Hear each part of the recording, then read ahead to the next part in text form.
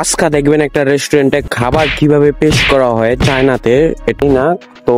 তারপর দেখি লেবুগুলা এরকম চারোদারে গোল করে দিতেছে। ইন্টারেস্টিং।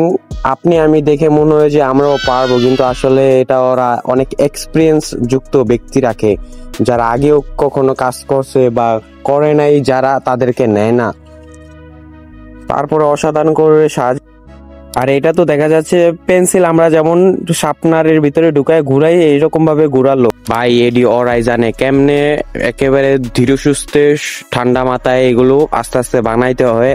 ওদের কিন্তু বেতনও সেরকম একেবারে হাই লেভেলের, কারণ ওরা ছোট মোটো রেস্টুরেন্টে এরকম কাজ করে না, বড় বড় রেস্টুরেন্টের জন্য বড় বড় ডিশ তারা বানায়, তাদের বেতনও একেবারে হাই লেভেলের। আর এটার ফাইনাল লুকটা একেবারে দেখতে অসাধারণ, একটা ফুলের মতন দেখা যাচ্ছে। আর নিচে কি লেখা চায়নাতে আল্লাহ জানে, কিন্তু যাই হোক ফুলটা অনেক সুন্দর হয়েছে, সে এই কারণেই টাকা রাখে।